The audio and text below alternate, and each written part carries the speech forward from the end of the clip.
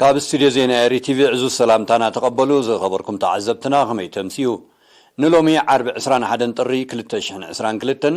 ساعة شعات مشز تدالو زينا ومسنادو نفلم لنا مساخاتكم تصنح فرم قديه بقندي نتبتات فيلم لومي بستقبر مرمراتات سلاسان كلتن زيقاتات بكورونا فيروس ملكافهم كرقاقز انقلو 8 كلتن دمات فانيوم بايتو زباقاش باركا مبل عسر شعات تسرع عاقبو أب بارنتو كانيعو أب زبا معكل سلوتن صفونا قلقلو سرعة حبريتان مهاب حيال تعري كايدا اللوم أمريكا أب مبرغ أوروبا تقوبرو زلا متتتاو كتقوارتو روسيا لقي ما سويعام أب أمريكا بزحالف 24 ساعات أستاس شو 150 شعمل كفتي كورونا فيروس تمزجبوم داعش بعراق بزكايرو مدقعتي بوحدو 10 تحدوات تهدرات منقست تقتلهم حبريته كاب منستر تاعنا لومي أب مرمرن مأكلات زوباتات مأكل قاش باركان دوبن بستقبرنا لواراتوري مرمراتات سالسان كلتن زيقاتات بكورونا فيروس ملكافهم ترقاقيت الله نساتهم كا 21 كاب زوا مأكل كوينو مادراشوم غزاباندا تيرافولو معسكر دندن مأكل كتما آخريا من فرنسا جينيتن شوعات تخاف قاش باركا مال السلسته كاب حجر سلسته خبارنتو حدا دما كاب كركبت كمون 4 كاب زبادوب مالت كلته خم من فرحه حرخه كاب سجنيتن دباروانيم إذا خمزيل نقول كورونا فيروس ترخيبهم أب هوسبيتال تعاقبهم كن كجبر لهم صنحو 20 شمنتن كابزوا ماكل 20 شدشتن كابزوا عن 7 20 سلستن كابزوا ربوب حمشتد ما كابزوا سمينا وقح بحري بتغلالا 8 كلتن زيغاتات حويم كفانو نقولو ود 8 كلتن عمت ابو كابزوا ماكل كاب بموت تفليلهم بز مسرت زي تغلالا قصر بكورونا فيروس دي تلف زيغاتاتنا كسابلو 109 كلتن بصحلو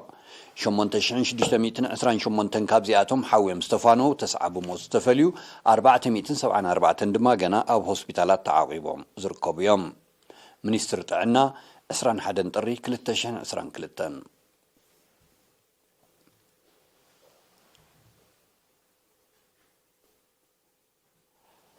بايتو زباقاش باركات مالية بارن تبزك أنعو أغيباب زحالف عامت بزيتا تكبر مدباتن أبكتالي خصالة بزعا بازلهم عمامات زتيو وكل إيرينا قداو تولدن زدالو زيناو صبصاب سامراويت ليفيو كتغربيا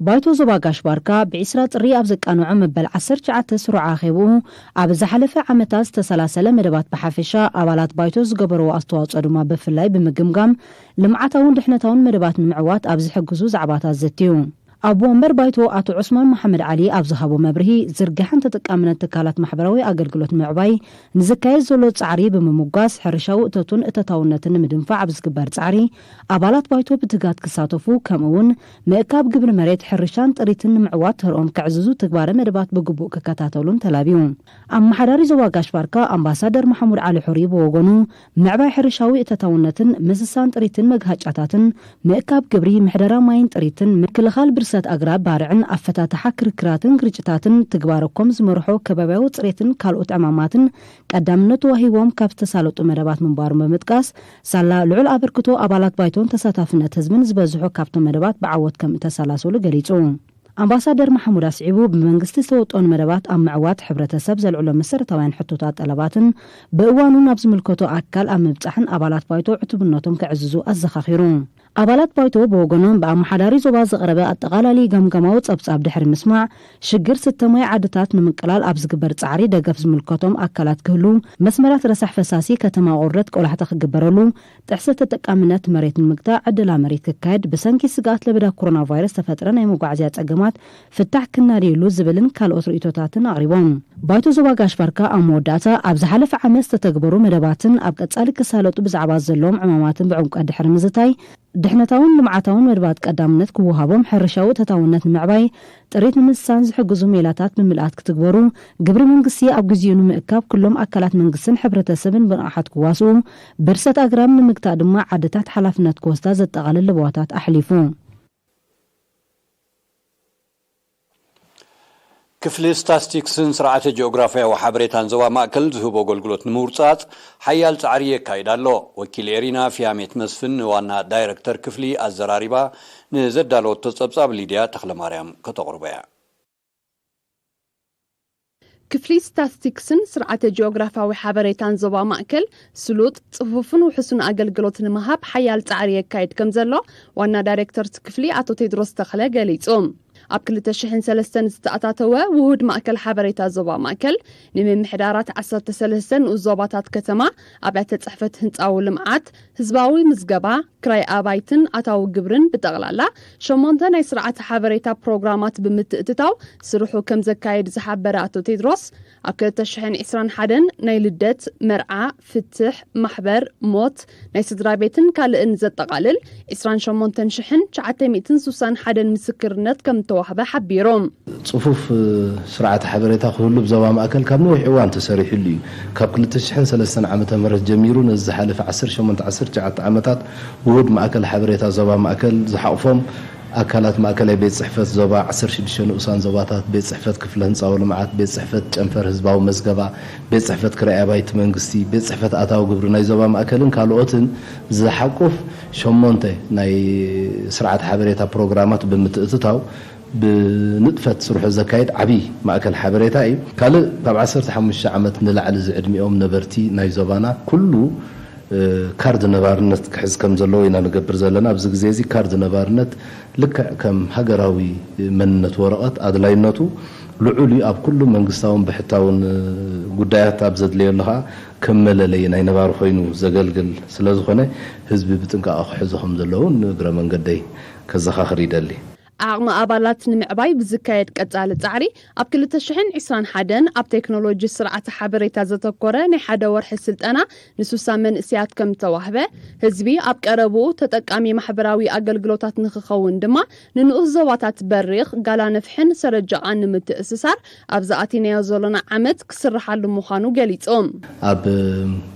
ሳልሳይ ርብዒ ዓመት ናይ 2021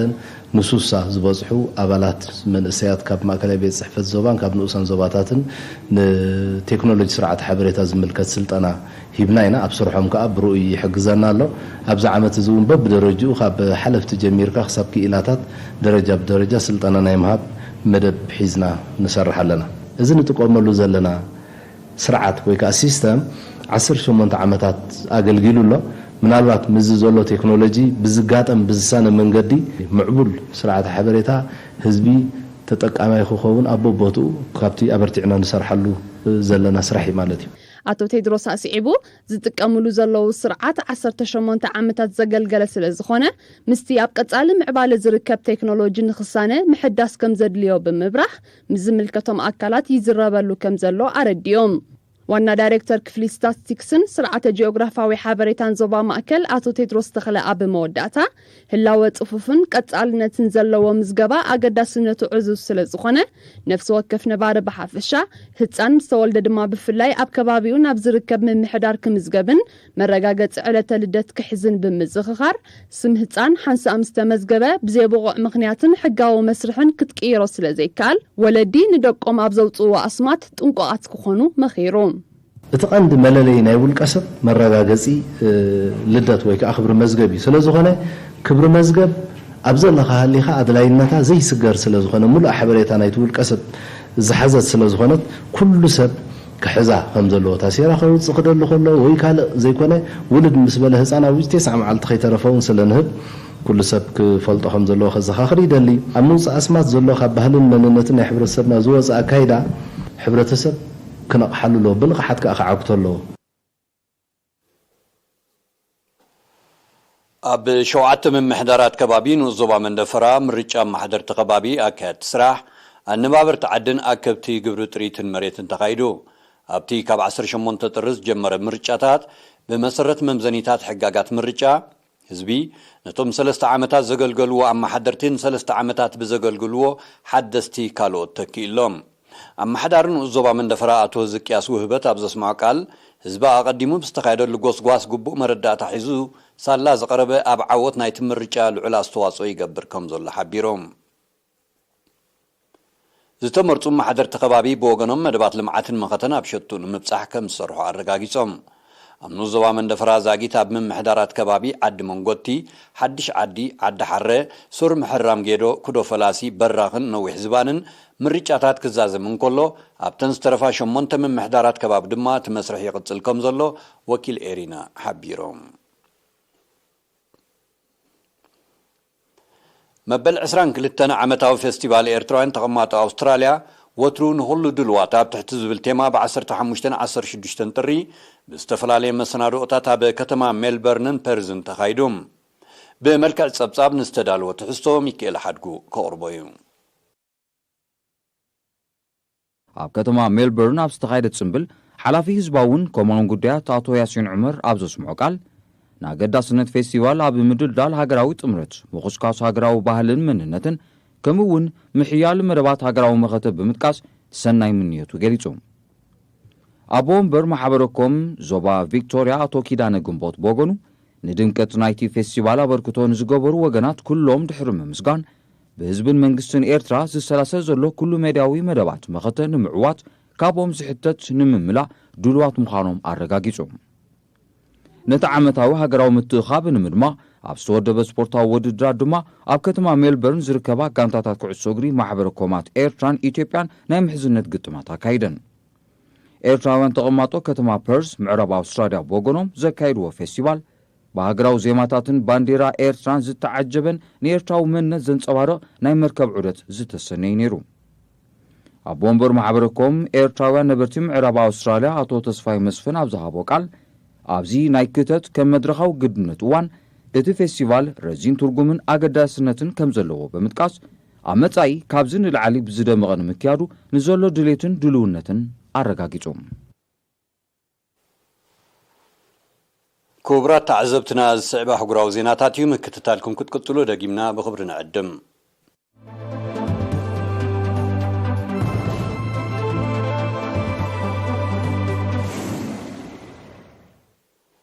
ኣሜሪካ ምብራቕ ኣውሮፓ ትገብሮ ዘላ ምትእትታው ከተቋርጾ ሚኒስተር ጉዳያት ወጻኢ ሩስያ ሰርጌይ ላቭሮቭ ጸዊዑ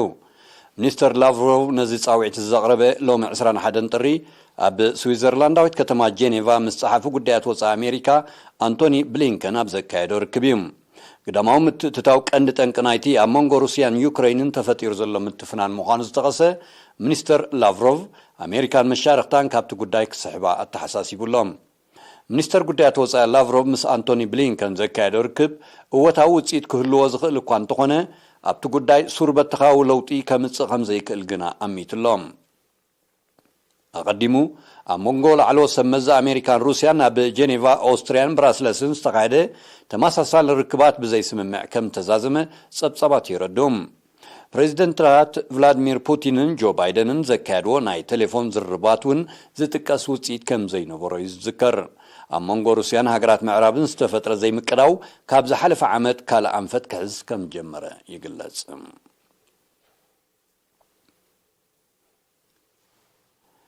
ኣብ ኣሜሪካ ብዝሓለፈ 24 ሰዓታት ኣስታት 750,000 ሓድሽ መልከፍቲ ኮሮና ቫይረስ ተመዝጊቡ እዚ ሓድሽ ኣሃዝ እዚ ኣብቲ ሃገር ንጠቕላላ ቁፅሪ መልከፍቲ ናብ ልዕሊ 70 ሚልዮን ክባቢልዎ ከም ዘሎ ጸብጻባት ጥዕናት ሃገር የረድኦም ኣብቲ ሃገር ኣብ ዝሓለፈ 24 ሰዓታት ኣስታት 2400 ሞት ከም ተመዝገበ ዝተቐሱቶም ጸብጻባት ጠቕላላ መጠን ሞት ልዕሊ 880,000 በፂሑ ከም ዘሎ ሓቢሮም ኣብ ኣሜሪካ ኣብ ውሽጢ ዘንሒዝናን ዘለና መዓልታት ናይ 2022 መዓልታዊ 3 ግዜ ልዕሊ 1 ሚልዮን መልከፍቲ ኮሮና ቫይረስ ከም ተመዝገበ ይጥቀስ ልዕሊ 99.5 ሚእታዊት ናይ ዝሓድሽ መልከፍቲ ብሰንኪ ሓድሽ ጅር ኦሚክሮን ዝሰዓበ ምዃኖም ክኢላታት ጥዕና ዝገልጹ ኦሚክሮን ኣብዚ እዋን እዚ ኣብ መላእ ዓለም ተላቢዑ ከም ዘሎ ይሕበር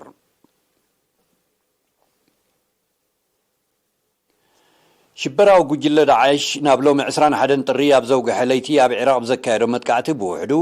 11 ወታደራት መንግስቲ ከም ተቐትሉ ማዕከና ዜና ንመግለጺ ሰመዚ ጸጥታ ኢራቅ ብምጥቃስ ቃሊህን ብሰንክቲ ኣብ ኣውራጃ ዲያላ ኣብ ልዕሊ ዝርከብ ወታደራዊ ማዕስከር ዝተኻየደ መጥቃዕቲ ዛጊት ቁጽሮም ዘይተነጸረ ካልኦት ከም ዝቆሰሉውን ንዋታዊ ኽሳራ ከም ዝወረደን እቲ ሓበሬታ ኣፍሊጡሎም መንግስቲ ኢራቅ ጉጅለ ዳዕሽ ኣብ ሃገሩ ኣብ 2017 ከም እተሳዕረ ብወግዒ እኳ እንተሓበረ ተደጋጋሚ መጥቃዕትታት ከም ዘካይድ ግና ናይ ቀረባ ተዓዘብቲ ይሕብሩም ኣብ ኢራቅን ሶርያን ልዕሊ 10,000 ኣባላት ሽበራዊ ጉጅለ ዳዕሽ ተዋፊሮም ክህልው ከም ዝኽእሉ ይዝእመት ዘሎ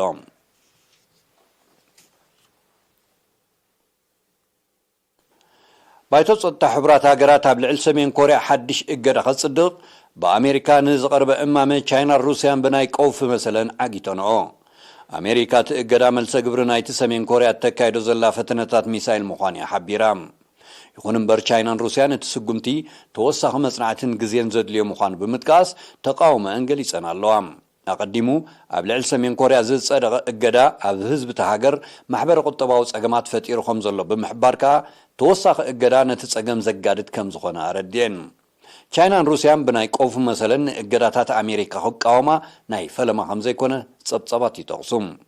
ኣብ ልዕሊ ሃገራት ዝውሰድ ናይ እገዳ ስጉምትታት ጠንቂ ቁጠባውን ፖለቲካውን ጸገማት ክኸውን ምጽንሕ እዩ ዝጥቀስ ሩስያ ትማል 20 ጥሪ ዕውት ክትብል ዝገለጸቶ ፈተነ ክሩዝ ሚሳይል ከም ዘካየደት ሓቢራ እቲ ካብ ሳብማሪን ዝተካየደ ካሊበር ዝተሰሚየ ኣጽዋር ካብ ከባቢ ባሕሪ ጃፓን ከም ተፈተነን ዕላምኡ ከም ዝወቅዐን ሚኒስትሪ ምክልኻል ሩስያ ኣፍሊጡሎም ተፈተነ ኣካል ናይቲ ሓይሊ ባሕሪ ሩስያ ዘካየዶ ዘሎ ልምምድ ከም ዝኾነ እቲ ሚኒስትሪ ወሲኹ ዓቢሮም እዚ ከምዚ ኢሉ እንከሎ ተፈተነ ኣንጻር ሩስያ ዝቐንዐ ወተሃደራዊ መናውራታት ንዘካየዳ ዘለዋ ሃገራት ምዕራብ መልእኽቲ ዘመሓላልፍ ምዃኑ ኸ ተንተንቲ ይገልጹም ምትፍናን ሩስያን ሃገራት ምዕራብን ልዕሊ ዝኾነ ካልእ እዋን ከሪሩ ከም ዘሎ ነቲ ምዕባለታት በቐረባ ዝከታተሉ ወገናት ይጠቕሱ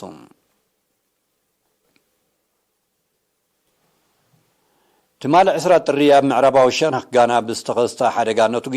ብውሕዱ 17 ሰባት ከም ዝሞቱ ሰመዚ ሲቪላዊ ድሕነት ሃገር ኣፍሊጦም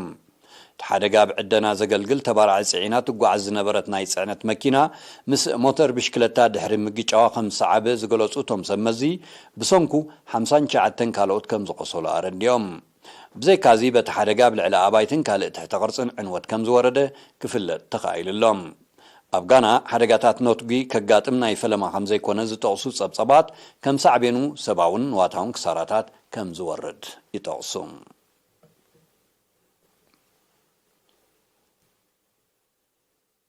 ክቡራትን ክቡራንን ተኸታተልትና ዜናዊ መሰናድኡና ንምዛም ኣርእስተ ዜና ክደግመልኩም እየ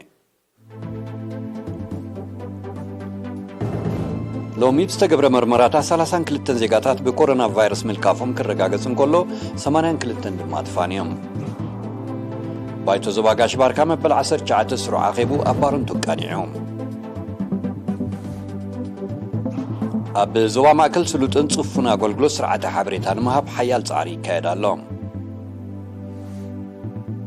ኣሜሪካ ምብራቕ ኣውሮፓ እትገብሮ ዘላ ምትእትታው ከተቋርጾ ሩስያ ደጊማ ጸዊዓ ኣብ ኣሜሪካ ብዝሓለፈ 24 ሰዓታት 750,000 መልከፍቲ ኮሮና ቫይረስ ተመዝጊቡ ዳዕሽ ኣብ ኢራቅ ብዘካየዶ መጥቃዕቲ ብውሕዱ 11 ወተሃደራት መንግስቲ ተቐቲሎም ክቡራትን ክቡራንን ነሰዓት እዚ ዝተዳለወ ዜናታት ተዛዚሙሎ ምስ ዝተረፉ መርባትና ንሓድገኩም ብወገና ሩክለኪ